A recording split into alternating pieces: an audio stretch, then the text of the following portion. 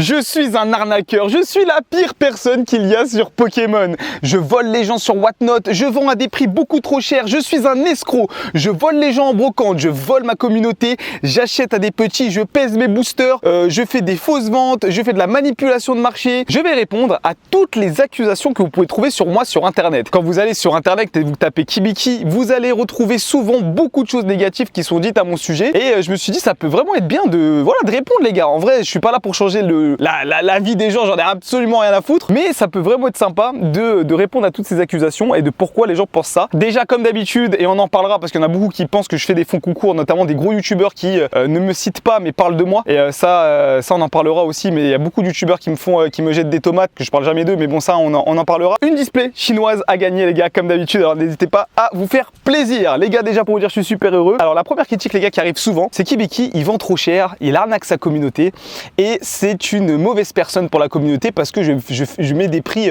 abusés, que ce soit sur les applications d'enchères avec Whatnot et notamment sur ma boutique. Alors j'ai commencé sur ma boutique. Beaucoup de personnes parlent des prix pour certains abusés de ma boutique Pokémon. Aujourd'hui déjà les gars, je suis purée de fier, je suis tellement heureux. La boutique on l'a créée avec 250 €. Genre vraiment les gars, on n'avait rien du tout et on a réussi à créer quelque chose de big. Aujourd'hui je pense qu'on peut le dire sans avoir peur qu'aujourd'hui Cario fait sûrement partie des boutiques les plus grosses de France. On est sûrement la boutique qui fait le plus de trafic en France. On fait partie sûrement du top 5, top 6 des boutiques en France qui ont le plus de trafic. Donc c'est juste exceptionnel. Et niveau prix, je suis désolé mais je vais me défendre, mais vous avez rien à dire. Je vends, je trouve à des prix extrêmement corrects. Je suis souvent l'un des moins chers dans les boutiques indépendantes. Je suis français, je paye mes impôts en France et je ne suis pas les mecs en Belgique ou je ne sais pas quoi qui ne payent pas de TVA, etc. Forcément, quand vous voyez des displays à 150 €, les gars, moi je peux pas suivre. Mais quand je mets des displays à 170 €, 180 €, les gars, c'est vraiment les prix qu'on peut retrouver à Carrefour, etc. Là où les gens en fait s'énervent, c'est quand je mets des produits qui ne sont plus disponibles chez les fournisseurs. Par exemple, quand je vends une display EB7, voilà EB7 qui est une série ultra demandée. Je sais pas, on va dire mon petit frère, il va me la vendre à 500 €. C'est le prix, hein, les gars, une display EB7 à 500 €, les gars, tout le monde l'achète. Hein. Moi, si je la vends sur la boutique, ne serait-ce qu'à 600, voire même 650 €, dites-vous que je gagne quasi pas du tout d'argent parce qu'entre la TVA, alors on va pas rentrer sur la TVA sur marge, etc. Mais simplement TVA, taxes, etc., j'ai quasi rien gagné. Alors vous allez dire, mais Kibiki, c'est bizarre, mais c'est ça. Donc les gens, en fait, ils s'énervent surtout sur les produits que je peux pas acheter en fournisseur. En fait, vous oubliez, mais moi, quand je rachète des collections, les gens qui me revendent les cartes me les vendent pas à moins 80% du prix. Hein, au grand maximum, les gars, je rachète à moins 30%. C'est très rare des moins 40%, mais ça peut nous arriver, c'est des belles affaires, mais c'est le maximum qu'on peut faire. Et puis derrière, il faut bien gagner sa vie. Moi, j'ai aucune honte, les gars. Je suis là aussi pour gagner mes sous. Je suis là pour gagner ma thune. Je pense pas qu'on peut vraiment nous critiquer sur les prix. Je nous trouve quand même vachement honnête. Des fois, ça peut être aussi des erreurs. Je sais que le japonais, on l'avait acheté un petit peu cher, notamment sur Shiny Trésor. On s'était fini avoir, tout simplement. Voilà, je vais dire le gros mot. On s'était fait avoir. Et puis voilà. Maintenant, sur Whatnot, c'est le truc que je pense qui revient le plus.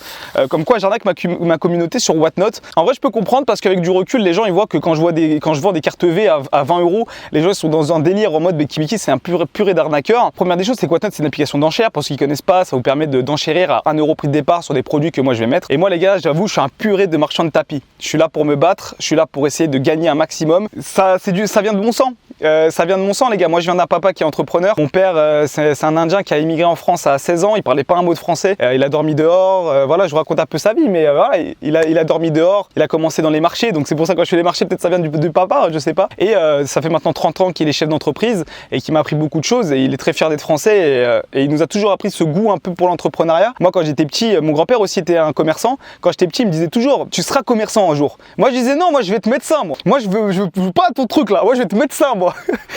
Frérot, là, moi je suis en train de manger des cartes, je suis en train de manger des burgers et d'ouvrir des cartes. Et moi je kiffe ça. Donc les gars, je joue le jeu, je suis en mode vendeur de tapis, je suis en train de me battre. Puis faut pas oublier les gars que sur Whatnot, t'as des taxes, hein, t'as 10-15% au total, hein, de taxes au total. Donc c'est un peu comme eBay, t'es obligé de vendre un petit peu plus cher. Et j'essaie de faire en sorte aussi que mes clients soient contents et soient heureux quand ils font un achat. J'ai beaucoup de pression. Alors quand je dis beaucoup de pression, c'est une pression que j'aime, mais j'ai des gens à payer. Et surtout, je fais aussi énormément de cadeaux à tous mes acheteurs. Les gens se rendent pas compte, mais un show Whatnot, ça nous coûte parfois entre 200 et 300 € uniquement de cadeaux parce que j'envoie des cadeaux toutes les 5 minutes. Donc vous pouvez venir gratuitement récupérer un cadeau. D'ailleurs, vous avez 15 balles offerts avec mon lien, j'en profite les gars. Ça vous permet de nous soutenir et tout ça, ça nous permet de faire ça. En parlant d'argent, et je pense que c'est important parce que beaucoup de gens pensent qu'on s'en met plein les poches. Je suis absolument pas pas à plaindre, je pense que je gagne très bien ma vie et je suis très heureux là-dessus. Mais il faut comprendre aussi que les gars, je vis sur mes économies depuis maintenant 3 ans. Hein. Ça fait 3 ans les gars que je vis sur mes économies. Je vis donc uniquement un peu de YouTube, les gars, vous savez, des revenus publicitaires, tout ça. Bon, il y a des gens qui passent, les gars, on va les laisser tranquilles. Mais voilà, je vis des revenus publicitaires et ma boîte Cariou ne m'a jamais versé d'argent pour l'instant parce qu'on était dans un but de développer un maximum. J'ai eu la chance de quand même vivre de YouTube depuis maintenant longtemps. Je suis pas un mec qui dépense beaucoup. Regardez là, c'est un truc MyProtein, les gars, je l'ai pas payé je m'habille gratuitement limite, tu vois. Donc je mange aux frais de ma boîte parce que bah, c'est mes vidéos. Et enfin, les gars, je vous ai dit que je serai toujours transparent avec vous là-dessus. Enfin, normalement, je vais me verser peut-être mon premier dividende cette année. Donc enfin, les gars, on récupérera un petit peu d'argent et ça va toujours être cool pour des prochains projets. Puis c'est toujours cool, les gars, de gagner de l'argent. En fait, je sais pas pourquoi. Il y a toujours ce cliché en France, t'as pas le droit de gagner de sous. Déjà que les gars, c'est super dur. L'entrepreneuriat, franchement, c'est vraiment compliqué. Après, moi, je kiffe mon métier. Je sais que j'ai pas commencé à vous dire, voilà, c'est compliqué, j'ai de la pression, je travaille de midi jusqu'à 4h du matin tous les jours. Non, là, il y a des gens qui se lèvent à 6h du matin, ils font un taf qui est horrible et je peux pas me plaindre, tu vois. Genre, je kiffe de ouf ce que je fais, j'adore ce que je fais. Je me lève le matin, les gars, je sens même pas le taf. C'est pour ça que je travaille à des heures de ouf. Des fois, c'est frustrant parce que t'as l'impression que tu peux pas gagner tes sous parce que t'es bloqué à chaque fois par la fiscalité, par tout ça. Mais bon, c'est le jeu, les gars, c'est la France. J'aime quand même mon pays, je suis très heureux d'être là. Et puis, on fait au mieux, on joue avec les règles. Bah écoutez, il faudra gagner deux fois plus. Et bah, c'est pour ça que je pousse sur mes choses sur Whatnot, les gars. Je suis comme ça et voilà. Donc, le prochain truc qui m'est beaucoup reproché, c'est Kibiki, tu n'es pas passionné. Kibiki, tu n'aimes plus du tout les cartes. Kibiki n'a jamais aimé ça. Les gars, j'ai un truc simple à répondre à ces mecs-là. Ils sont fous. Allez faire plus de 1000 vidéos. C'est tout. Faites 1000 vidéos sur un sujet qui ne vous intéresse pas et je pense que vous allez vite déchanter. T'es obligé d'être passionné pour faire ce métier. T'es obligé d'être passionné pour kiffer ça. Toutes les boutiques, je pense qu'ils sont passionnés. Tous les mecs aiment un minimum Pokémon. C'est trop facile, les gars, d'aimer Pokémon. Et en fait, le truc, c'est que t'as une partie, il y a une grosse partie sur Pokémon, c'est comme ça. Si tu collectionnes pas de vintage, t'es qu'une merde. Si tu collectionnes que du récent, t'es qu'une merde. Et il y en a beaucoup qui pensent ça, alors que je trouve ça juste ridicule à souhait. Vraiment, c'est ridicule. Collectionnez ce que vous voulez et qu'on soit passionné ou pas, au final, les gars, j'en ai rien à foutre. Il y en a qui se plaignent de moi, mais je pense que je fais partie de ces créateurs qui ont ramené énormément de nouvelles personnes dans la collection Pokémon et j'en suis archi fier. Moi, à l'époque, les gars, je vais le dire avec sans tabou, hein, vous allez me prendre pour un fou, mais quand je regardais les vidéos Pokémon à l'époque, vers 2019-2020, je disais, il n'y en a pas un qui est normal. Je sais, ça vous allez dire, c'est bizarre, mais je me retrouvais dans aucun contenu français. Je regardais que les Américains, j'adorais Pokérêve par exemple. Je me suis dit, il faut un mec qui est un peu dans ce style-là, tu vois. Donc c'est pour ça que je m'inspire beaucoup de Pokérêve et j'ai pas de. Et moi, je me suis dit, ouais, je peux être un peu ce Pokérêve un peu à la français, tu vois. En plus, on fait de la muscu tous les deux, donc tu vois, petit bougeage de pec. Série, les gars, après les nouvelles séries, les gars sont claqués au sol, on va pas se mentir, je les garde scellés. Ça a été très dur aussi pour toutes les boutiques, c'est pour ça que tout le monde est vénère quand ils voient que Kibiki tourne, notamment avec les Chimpy Pack, on va revenir sur ça, ça a été les plus grosses trucs et que je suis pas en train de kiffer, et que j'ouvre pas de Fab Nébuleuse, par exemple, j'ai pas ouvert beaucoup de Fab Nébuleuse, parce que c'est pas non plus la série qui me hype le plus. Bah, les gens ils pensent peut-être que je suis pas passionné, j'en sais rien. En fait, en France, il y a ce truc là, c'est que quand tu marches et que tu gagnes de l'argent, t'es forcément une merde et t'es forcément quelqu'un qui n'aime pas ce que tu fais. T'as pas le droit d'aimer ce que tu fais, genre. C'est comme ça en France quand t'as un business. Bon, enfin, je rebondis sur ça, les gars, avec un truc qui revient, je pense, le plus ce soir. Alors, ça, c'est surtout les groupes Facebook parce que c'est des mecs qui, malheureusement, comprennent pas trop Internet. C'est mes fameux titres aguicheurs, mes titres putaclic, comme quoi je suis un arnaqueur là-dessus. Les gars, enfin, les gars, faut savoir que sur YouTube, tu te fais vachement punir et j'ai un bel exemple avec ça. Sur ma chaîne principale, j'avais fait une vidéo sur McFly et Carlito, sur soi-disant leur restaurant et ça a été une énorme erreur de ma part parce que c'était pas vrai, hein, le titre était faux. Du coup, en fait, les gens ont cliqué sur la miniature et ne sont pas restés jusqu'au bout de la vidéo. Je me suis fait arracher sur l'algorithme et j'ai vraiment eu mal derrière. Donc les faux titres, les gars, c'est à double tranchant, hein. Des fois, tu peux vraiment te faire détruire sur l'algo. Parce que le plus important, les gars, c'est une seule et unique chose, c'est ton watch time. Si ton watch time est bon, tu auras forcément une très très bonne vidéo et tu auras forcément des très bons résultats. Donc oui, je m'inspire beaucoup des titres. On a un data analyst aussi qui est là. Kibiki plus Cariou, c'est presque 8 personnes au total qui sont en train de travailler. Parce que je sais pas si vous vous rendez compte, entre la chaîne de bouffe, la chaîne de poké, les lives que je fais, le sport aussi, je m'entraîne quasi tous les jours et je vous prépare un petit peu. Hein, ça. Ouais, c'est important, les gars, les titres, on en fait au moins 4 ou 5 par vidéo. Il y en a 4 ou 5 qui sont prêts. Quand une vidéo marche pas, on change le titre, on change la miniature. C'est un vrai boulot. On a Maxime qui s'occupe de ça, un gros big up à lui qui nous aide, les gars. Donc je suis pas tout seul, les gars, à faire tout ça. Et on est plusieurs à chercher les meilleurs titres à chaque fois. Notamment, par exemple, les premières mondiales sont des titres qui marchent extrêmement bien parce que c'est vrai, souvent des premières mondiales. Alors, mais Kibiki, tu mens, il y a des mecs qui l'ont ouvert sur Vogt ou Vinted. Mais frérot, c'est comme si j'ai une boulangerie, je vais te dire que j'ai le meilleur pain. Bah c'est pareil, je vais te dire que je suis en première mondiale parce qu'il n'y a toujours pas eu de vidéo sur YouTube. Et tout ça, ça me permet de gagner des revenus. Je vous rappelle qu'aujourd'hui, mes revenus sont à 100% concentrés sur ma monétisation YouTube, mes placements de produits et ce que je vends de temps en temps sur Whatnot. Et je vis uniquement de YouTube. Et ça, c'est trop bien parce que ça me permet de me donner à fond sur Cario. Ça me permet de me donner à fond sur YouTube. Et plus je me donne à fond sur YouTube, plus les revenus sur Cario vont augmenter. Donc c'est un cercle vertueux qui est quand même vachement sympa. Juste, bah ouais, on vit comme des clodos pour l'instant. On continue avec les faux concours. Il y en a beaucoup qui disent des faux concours. Alors ça, je comprends. Il y a des gros youtubeurs qui m'ont fait des petites crasses là-dessus. On parlait un peu de ma relation avec les youtubeurs un peu après parce que c'est vrai qu'on n'est vraiment pas aimé que ce soit moi ou tout Cario et tout mon groupe. Et je pense savoir pourquoi et on va en discuter. Et, de toute façon, c'est tout ce qui se dit sur internet qui fait ça peut-être, je ne sais pas. Alors pour les concours, les gars, les concours, j'ai juste un truc à dire. Les gens qui ont déjà gagné des concours, s'il vous plaît, envoyez un message dans ces commentaires. J'ai besoin de vous montrer que vous avez déjà gagné quelque chose sur Kibiki. Envoyez-moi un petit message, envoyez un petit commentaire. Ça ferait vraiment plaisir, comme ça les gens peuvent voir qu'il y a vraiment des gagnants. Je pense qu'avec le nombre d'abonnés que j'ai tout à perdre les gars. Le seul truc qui n'est peut-être pas transparent, c'est que c'est un concours par semaine.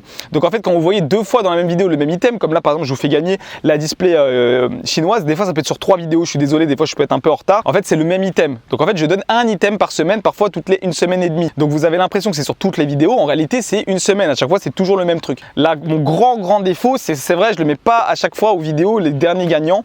Et ça c'est peut-être mon plus gros défaut et ma tête en l'air parce que c'est moi qui m'occupe des montages sur Poké.